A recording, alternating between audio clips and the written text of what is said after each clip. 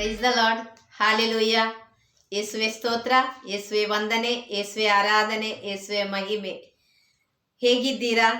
ದೇವರ ಕರುಣೆ ಎಲ್ಲರ ಮೇಲೆ ಇಳಿದು ಬಂದಿದೆ ಅಂತ ನಾನು ನೆನೆಸ್ಕೊಳ್ತೀನಿ. ವಿಶೇಷವಾಗಿ ಇವತ್ತು ಯೇಸುವಿನ ಶರೀರ ಮತ್ತು ರಕ್ತದ ಹಬ್ಬವನ್ನು ಆಚರಿಸ್ತಾ ಇದ್ದೀವಿ. ಹೆಚ್ಚಿನವರಿಗೆ ಬಲಿಪೂಜೆ ಇಲ್ಲ, ಪ್ರಾರ್ಥನೆ ಇಲ್ಲ. ನಾವೇ ವೈಯಕ್ತಿಕವಾಗಿ ಪ್ರಾರ್ಥನೆ ಮಾಡೋದು. ಕೆಲವು ಕಡೆ ಝೂಮ್ ಪ್ರೇಯರ್ ನಡೀತಾ ಇದೆ. ದೇವರ ಆಶೀರ್ವಾದ ಯಾವುದೆಲ್ಲ ರೂಪದಲ್ಲಿ ದೇವರು ನಮಗೆ ಕರುಣಿಸ್ತಾ ಇದ್ದಾರೆ. ಪ್ರಿಯರೇ, ಇತ್ತೀಚಿನ ದಿನಗಳಲ್ಲಿ ಈ 2-3 ದಿನದಲ್ಲಿ ನನ್ನ ಹತ್ರ ಒಂದು ಹುಡುಗಿ, ಮದುವೆಯಾದ ಹುಡುಗಿ ನನಗೆ ಕಾಲ್ ಮಾಡಿದ್ಲು. ಅವಳು ಕಾಲ್ ಮಾಡಿ ನನಗೆ ಹೇಳಿದ್ಲು, ನಾನು ತುಂಬ ಒಂಟಿ ಸಿಸ್ಟರ್, ನನಗಾಗಿ ಪ್ರಾರ್ಥಿಸಿ. ನಾನು ಕೇಳಿದೆ, ಯಾಕೆ ಒಂಟಿ? ಅಪ್ಪ ಅಮ್ಮ ಇಲ್ವಾ? ಇಲ್ಲ, ನನಗೆ ಮದುವೆ ಆಗಿದೆ ಅಂತ ಹೇಳಿದ್ಲು. ನಾನು ಕೇಳಿದಾಗ, ಗಂಡ ಮಕ್ಕಳಿಲ್ವಾ? ಇದ್ದಾರೆ, ಮಕ್ಕಳು ತುಂಬ ಸಣ್ಣವರು. ಆದರೆ ನನ್ನ ಗಂಡನಿಗೆ ತುಂಬ ನನ್ನ ಕಂಡ್ರೆ ಆಗೋದೇ ಇಲ್ಲ, ತುಂಬ ಕಿರಿಕಿರಿ, ಹಾಗೆ ತುಂಬ ನೋವುಗಳನ್ನ ಹಂಚ್ಕೊಂಡ್ಲು. ಅವಳ ನೋವನ್ನ ಅದು ಎಕ್ಸ್ಪ್ಲೈನ್ ಮಾಡೋಕ್ಕಾಗಲ್ಲ ನಮ್ಮಿಂದ. ಒಂದು ಹೆಣ್ಣಿಗೆ ಮಾತ್ರ ಆ ನೋವು ಅರ್ಥ ಆಗ್ಬೋದು. ಅಂದರೆ ಒಂದು ಕುಟುಂಬದಲ್ಲಿ ಇರುವ ಎಲ್ಲರಿಗೂ, ಸ್ತ್ರೀ ಇರಲಿ ಪುರುಷ ಇರಲಿ, ಎಲ್ಲರಿಗೂ ಅದು ಅರ್ಥ ಆಗುತ್ತೆ. ಹಾಗೆ ತುಂಬ ನೋವನ್ನು ಅವಳು ಹಂಚ್ಕೊಂಡ್ಲು. ನನಗೆ ಅದು ಕೇಳಿ ಒಂದು ಮಾನವೀಯತೆಯಿಂದ ಒಂದು ಯೇಸುವಿನ ಮಗಳಾಗಿ ನನಗೆ ತುಂಬ ಫೀಲ್ ಆಯಿತು. ಅವಳು ಹೇಳಿದೆಲ್ಲ ಕರೆಕ್ಟ್ ಇದೆಯಾ? ಮತ್ತು ಅದು ನನಗೆ ಗೊತ್ತಿರುವ ಊರು, ಗೊತ್ತಿರುವ ಜನರ ಮಧ್ಯದಲ್ಲಿರುವಾಗ ನಾನು ಕೇಳಿ ನೋಡ್ತೀನಿ, ವಿಚಾರಿಸ್ತೀನಿ, ನಿನ್ನ ಗಂಡ ಹಾಗೆಲ್ಲ ನಿನಗೆ ಟಾರ್ಚರ್ ಮಾಡ್ತಾರಾ ಅಂತ. ನನಗೂ ಅದು ಸತ್ಯ ಅನ್ಬೇಕು. ಕೆಲವೊಮ್ಮೆ ಒನ್ ವೇ ಆಗಿರ್ತದೆ. ಅದಕ್ಕೆ ನಾನು ವಿಚಾರಿಸೋಣ ಅಂತೇಳಿ ಅಲ್ಲಿಯ ಧರ್ಮ ಕೇಂದ್ರದ ಗುರುಗಳನ್ನ ಕಾಂಟ್ಯಾಕ್ಟ್ ಮಾಡಿ ಹೀಗೆಲ್ಲ ಇದೆಯಾ ಫಾದರ್? ಹೌದಾ ಅಂತ ಹೇಳುವಾಗ ಫಾದರ್ ಕೂಡ ಹೌದು, ತುಂಬ ಓದಿದ ಹುಡುಗಿ, M.Com ಮಾಡಿದ ಹುಡುಗಿನ ಅವನು ಬಿಲ್ಡಿಂಗ್ ಕಾಂಟ್ರಾಕ್ಟರ್ ಅಂತ ಹೇಳಿ 4th ಸ್ಟ್ಯಾಂಡರ್ಡ್ ಓದಿದ ಒಂದು ಹುಡುಗನಿಗೆ ಹಿಡಿದು ಮದುವೆ ಮಾಡಿಸಿದ್ರು. ಅಂದರೆ ಅವನು ಏನು ಓದಿಲ್ಲ, 4th ಸ್ಟ್ಯಾಂಡರ್ಡ್ ಓದಿರೋದು, ಬಿಲ್ಡಿಂಗ್ ಕಾಂಟ್ರಾಕ್ಟರ್ ಅಂತ ಹೇಳಿ ಒಳ್ಳೆ ಸಂಪಾದನೆ ಮಾಡ್ತಾನೆ, ಒಳ್ಳೆ ಕುಟುಂಬ ಅಂತ ಎಲ್ಲ ಹೇಳಿ ಕೊಟ್ಟ ಮೇಲೆ ಏನಾಯಿತು ಅಂತ ಹೇಳಿದರೆ, ಅವನು ಬಿಲ್ಡಿಂಗ್ ಕಾಂಟ್ರಾಕ್ಟ್ ಆಗಿರಲಿಲ್ಲ, ಆದರೆ ಸೆಂಟ್ರಿಂಗ್ ಸ್ಲ್ಯಾಬ್ ಏನೋ ಹಾಕುವ ಆ ಕೆಲಸ ಏನೋ, ಫುಲ್ ಬಿಲ್ಡಿಂಗ್ ಕಾಂಟ್ರಾಕ್ಟರ್ ಅಲ್ಲ ಆ ರೀತಿ. ಆದರೆ ಅವಳು ಹೆಂಗೋ ಅಡ್ಜಸ್ಟ್ ಮಾಡ್ಕೊಂಡು ಹೋಗ್ತೀನಿ ಅಂತ ಅವಳು ಅಡ್ಜಸ್ಟ್ ಆಗಿದ್ಲಂತೆ. ಆದರೆ ಅವರ ಮನೆಯವರ ಪ್ರಾಬ್ಲಮ್ ತುಂಬ, ನಾದಿನಿಯರ ಪ್ರಾಬ್ಲಮ್. ಮತ್ತು ಮದುವೆ ಆಗಿ ಒಂದು ನಾದಿನಿ ಅಂದರೆ ಗಂಡಂದ ಅಕ್ಕ ಡಿವೋರ್ಸ್ ಆಗಿ ಮನೆಯಲ್ಲಿ ಬಂದಿದ್ದಾಳೆ. ಅವಳಿಗೆ 2 ಮಕ್ಕಳು. ನ್ಯಾಚುರಲ್ ಆಗಿ ತಾಯಿಯರಿಗೆ ತನ್ನ ಮಕ್ಕಳ ಮೇಲೇ ತುಂಬ ಪ್ರೀತಿ ಇರುತ್ತೆ. ಮಗಳಂದರೆ ತುಂಬ ಪ್ರೀತಿ, ಮಗಳು ತುಂಬ ಜೋರು. ಮಗಳನ್ನ ಸಮರ್ಥಿಸ್ಕೊಳ್ಳಿಕ್ಕಾಗಿ ತಾಯಿ ಸೊಸೆನ ಅಂದರೆ ಇಲ್ಲದ ತಪ್ಪನ ಹೊರಿಸೋದು, ಹಾಗೆ ಅಕ್ಕನ ಪರ ವಹಿಸ್ಲಿಕ್ಕೆಲ್ಲ, ಹೆಂಡತಿ ಪರ ವಹಿಸ್ಲಿಕ್ಕೆಲ್ಲ ಹಾಗೆ ಆಗಿ. ಆದರೆ ಅಕ್ಕನೇ ಅವನ ತುಂಬ ಸಾಕಿದಂತೆ, ಈ ಹುಡುಗಿದು ಗಂಡನ. ಹಾಗಾಗಿ ಅಕ್ಕನ ಪರ ಅವನು ತುಂಬ ವಹಿಸ್ಲಿಕ್ಕೆ ಶುರು ಮಾಡ್ದ, ಹೆಂಡತಿನ ಹಿಡಿದು ಹೊಡಿಯೋದು. ಹಾಗೆ ಅವಳಿಗೆ ತಡೆಯೋಕ್ಕಾಗಿಲ್ಲ. ಆದರೆ ಅವಳದು ಒಂದು ಕಷ್ಟ ಅಂತ ಹೇಳಿದರೆ ಪ್ರಿಯರೇ, ಅವಳಿಗೆ ಮನೆಗೂ ಬರೋಕ್ಕಾಗಲ್ಲ. ಅವರ ಮನೆಯಲ್ಲಿ ಅಪ್ಪ ತುಂಬ ಕುಡುಕ, ಹಾಗಾಗಿ ಅವಳಿಗೆ ಮನೆಗೆ ಕೂಡ ಬರೋಕ್ಕಾಗಲ್ಲ. ಆದರೆ ಅವಳು M.Com, ನಾವೇ ಹೇಳ್ತೀವಿ ಅವಳು M.Com ಓದಿದಾಳಲ್ಲ, ಹೊರಗಡೆ ಬಂದು ಏನಾದರೂ ಕೆಲಸ ಮಾಡಿಕೊಂಡು ಮಕ್ಕಳನ್ನ ನೋಡ್ಕೊಂಡು ಇರ್ಬೋದಲ್ಲ. ಆದರೆ ಅದು ಆಗಲ್ಲ. ಏಕೆಂದರೆ ಅವಳು ವಯಸ್ಸು ಹುಡುಗಿ, ಅವಳಿಗೆ ಒಂದು 28 ವರ್ಷ ಇದೆ ಅಷ್ಟೇ. ಡಿಗ್ರಿ ಆದ ತಕ್ಷಣ, B.Com ಆದ ತಕ್ಷಣ ಅವಳನ್ನ ಹಿಡಿದು ಮದುವೆ ಮಾಡಿಸಿದ್ರು. ಆದರೆ ಅವಳು ಏನಂದರೆ, ಒಂದು ಮಗು ಆದಮೇಲೆ, 2 ಮಕ್ಕಳಾದಮೇಲೆ ಅವಳು ಲೋನ್ ತೆಗೆದು M.Com ಓದಿದ್ಲು. ಹಾಗೆ ಅವಳು ಓದಿ ಈ ಲಾಕ್ಡೌನ್ ಟೈಮಲ್ಲಿ, ಲಾಸ್ಟ್ ಕೊರೋನಾ ಟೈಮಲ್ಲಿ ಅವಳದು M.Com ಮುಗಿದಿದ್ದು. ಈ ಲಾಕ್ಡೌನ್ ಟೈಮಲ್ಲಿ ಅವಳಿಗೆ ಏನು ಕೆಲಸ ಇಲ್ಲ, ಸಿಕ್ಕಿಲ್ಲ ಎಲ್ಲೂ. ಹಾಗಾಗಿ ಅವಳು ಮನೆಯಲ್ಲೇ ಇದ್ದಾಳೆ. ಪ್ರಿಯರೇ, ಈಗ ಒಂದು ವಿಷಯ ಏನು ಅಂತ ಹೇಳಿದರೆ, ನಮಗೆ ಒಂದು ಕುಟುಂಬ ಇದೆ. ಯೇಸು ಕುಟುಂಬವನ್ನು ಸ್ಥಾಪನೆ ಮಾಡಿದರು. ಅಂದರೆ ಏದೇನ್ ತೋಟದಲ್ಲಿ ನಾವು ನೋಡ್ತೀವಿ, 1ನೇ ಅಧ್ಯಾಯ 28ನೇ ವಾಕ್ಯದಲ್ಲಿ, ದೇವರು ಸ್ತ್ರೀ ಪುರುಷರನ್ನು ಸೃಷ್ಟಿ ಮಾಡಿ, ಅವರು ಗಂಡು ಹೆಣ್ಣನಾಗಿ ಮಾಡಿ, ಅವರನ್ನು ಆಶೀರ್ವದಿಸಿ ಮದುವೆ ಜೀವನವನ್ನು ಸ್ಥಾಪನೆ ಮಾಡಿ, ನೀವು ಹೋಗಿ ಮಕ್ಕಳನ್ನೇ ಎತ್ತು ಆಶೀರ್ವಾದ ಹೊಂದಿ ಅಂತ ಹೇಳಿದರು. ದೇವರು ಅವತ್ತಿನಿಂದ ಮಕ್ಕಳನ್ನೇ ಎತ್ತು ಆಶೀರ್ವಾದ ಹೊಂದಿ ಅಂತ ಹೇಳಿದ ಆ ವಿವಾಹ ಜೀವನ, ದೇವರು ಮದುವೆಯನ್ನು ಸ್ಥಾಪನೆ ಮಾಡಿದ್ರು. ಯೇಸು ಸ್ವಾಮಿ ಶಿಲುಬೆ ಮೇಲಿಂದ ವಿವಾಹ ಸಂಸ್ಕಾರವನ್ನು ಆಶೀರ್ವದಿಸಿದ್ರು. ಎಲ್ಲ ಸಂಸ್ಕಾರಗಳು ಬಂದಿದ್ದು ಯೇಸುವಿನ ಶಿಲುಬೆ ಮರಣ ಶಕ್ತಿಯ ಮುಖಾಂತರ. ಹಾಗೆ ಯೇಸುವಿನ ಕರುಣೆಯಿಂದ ವಿವಾಹ ಸಂಸ್ಕಾರ ಸ್ಥಾಪನೆ ಆಯಿತು. ಹಾಗೆ ದೇವರು ಮದುವೆಯನ್ನು ಅನುಗ್ರಹಿಸಿ ಯೇಸು ಹೇಳಿದ್ರು, ಇನ್ನು ಮುಂದೆ ನೀವು ಇಬ್ಬರಲ್ಲ, ಒಂದೇ ಶರೀರವಾಗ್ತೀರಾ. ಆದ ಕಾರಣನೇ ತಂದೆ ತಾಯಿಯನ್ನು ಬಿಟ್ಟು, ಬಂಧು ಬಳಗವನ್ನು ಬಿಟ್ಟು ಬೇರೆಯಾಗಿ ಅವರು ವಾಸ ಮಾಡ್ತಾರೆ, ಬೇರೆಯಾಗಿರ್ತಾರೆ. ಅಂದ್ರೆ ಇನ್ನು ಮುಂದೆ ಅವರಿಬ್ಬರು ಬೇರೆ ಅಲ್ವೇ ಅಲ್ಲ, ಎಲ್ಲರಿಗಿಂತ ಹೆಚ್ಚಾಗಿ ತಂದೆ ತಾಯಿಗಿಂತ ಅಕ್ಕ ತಂಗಿ ಎಲ್ಲರಿಗಿಂತ ಹೆಚ್ಚಾಗಿ ಇನ್ನು ಅವರು ಒಂದು ಕುಟುಂಬ. ನಾನು ಖಂಡಿತವಾಗಿ ಹೇಳ್ತಾ ಇಲ್ಲ ಮದುವೆ ಆದ್ಮೇಲೆ ಬೇರೆ ಬಿಟ್ಟು ಹೋಗಿ ನಿಮ್ಮ ಅಕ್ಕ ತಂಗಿನ ನೋಡ್ಬೇಡಿ, ನಿಮ್ಮ ಅಪ್ಪ ಅಮ್ಮನ ನೋಡ್ಬೇಡಿ ಅಂತ ಹೇಳ್ತಾ ಇಲ್ಲ. ಆದ್ರೆ ದೇವರು ಹೇಳಿದ್ರು ಇನ್ನು ಮುಂದೆ ನೀವು ಒಂದೇ ಶರೀರವಾಗಿರ್ತೀರಾ. Praise the lord. Hallelujah, hallelujah. ಅಪ್ಪ ಅಮ್ಮನ ನೋಡ್ಬೇಕು, ಅಕ್ಕ ತಂಗಿನ ನೋಡ್ಬೇಕು, ಎಲ್ಲರನ್ನ ನೋಡ್ಬೇಕು, ಎಲ್ಲರನ್ನ ಅಡ್ಜಸ್ಟ್ ಮಾಡ್ಕೊಂಡು ಹೋಗ್ಬೇಕು.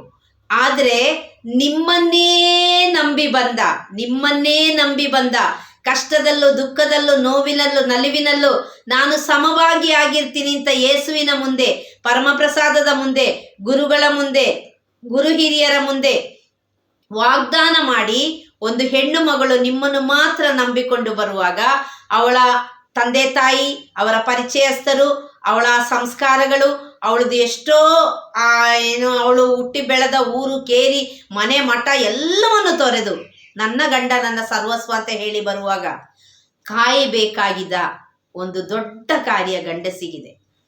ಅದರಲ್ಲಿ ನಾನು ಹೇಳೋದು ಏನಂದ್ರೆ, ಯೇಸು ಹೇಳ್ತಾರೆ ಗಂಡ ಹೆಂಡತಿಯನ್ನು ಪ್ರೀತಿಸಬೇಕು, ಹೆಂಡತಿ ಗಂಡನನ್ನು ಗೌರವಿಸಬೇಕು.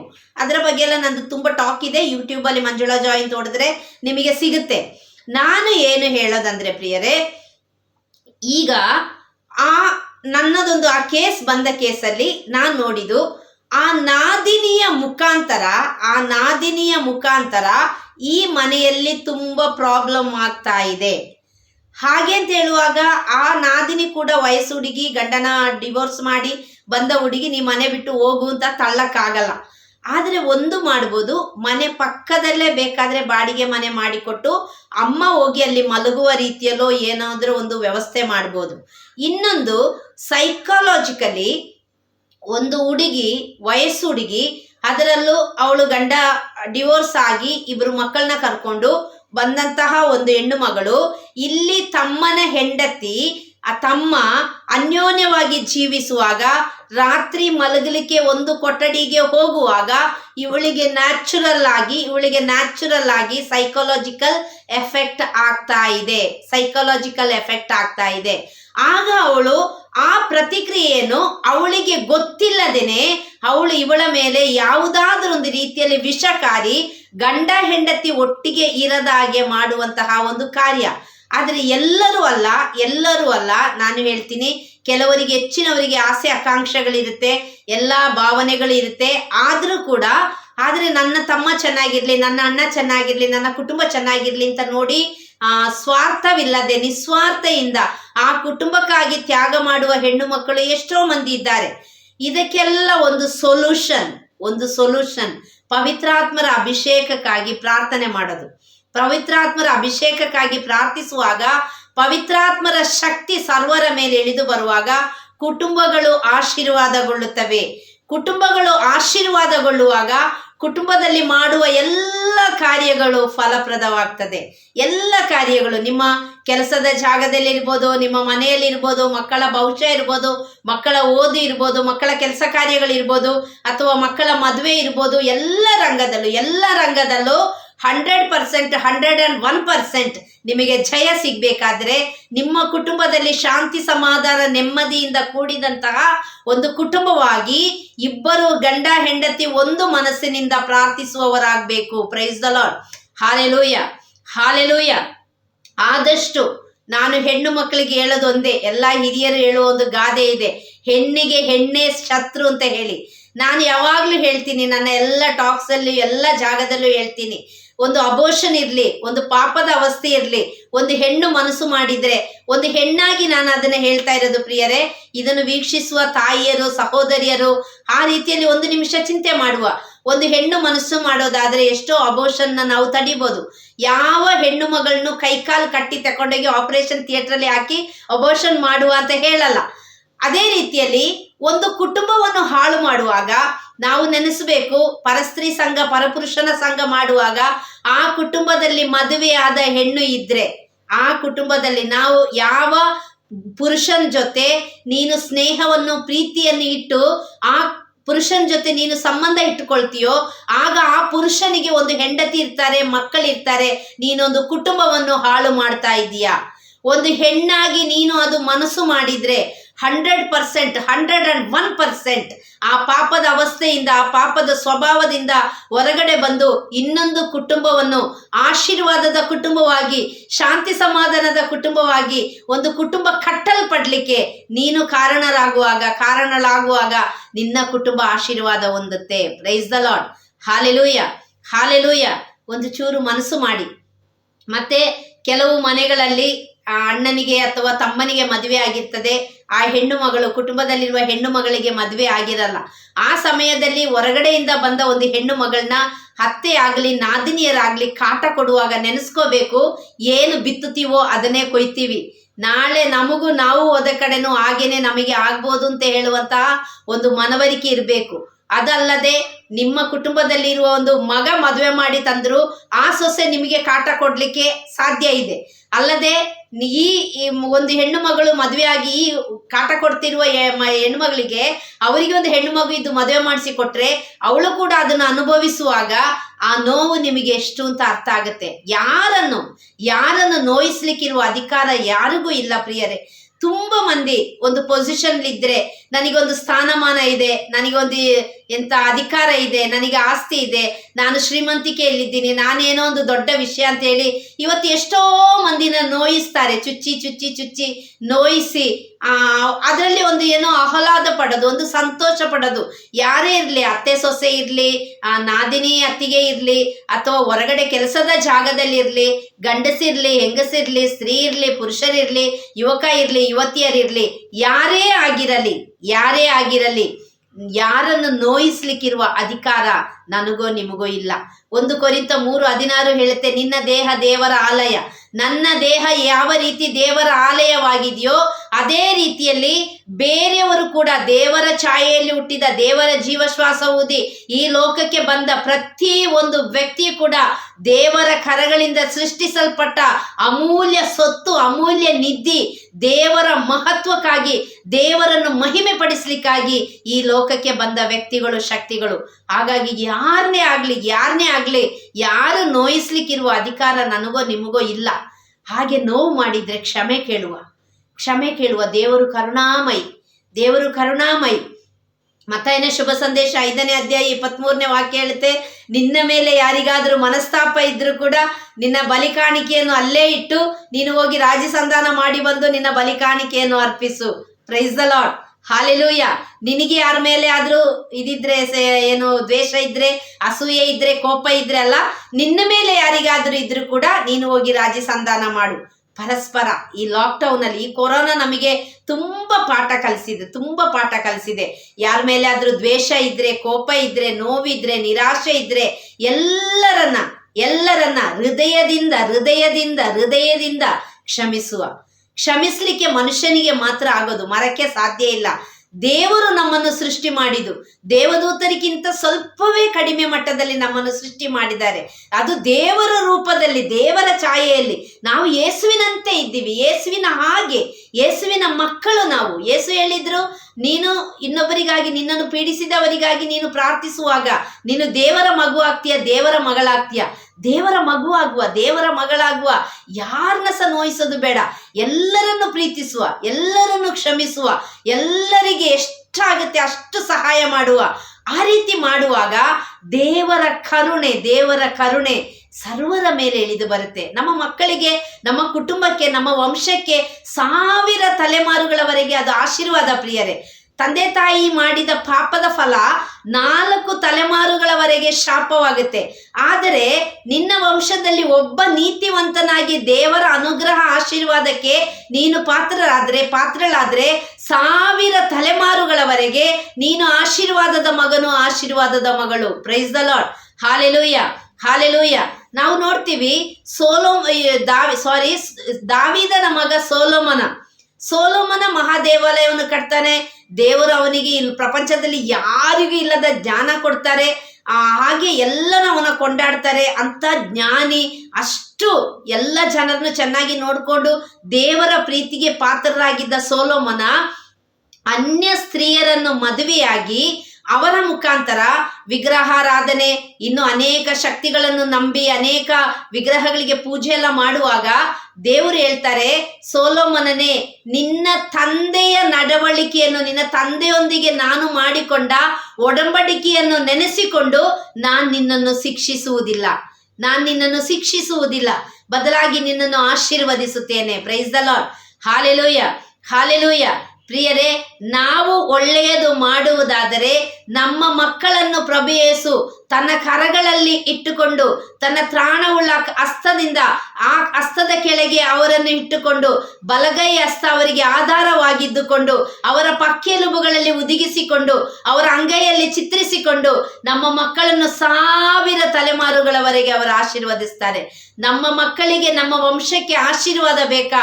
ಒಳ್ಳೆಯ ತಂದೆಯಾಗುವ, ಒಳ್ಳೆಯ ತಾಯಿಯಾಗುವ, ಒಳ್ಳೆಯ ಪತಿಯಾಗುವ, ಒಳ್ಳೆಯ ಪತ್ನಿಯಾಗುವ.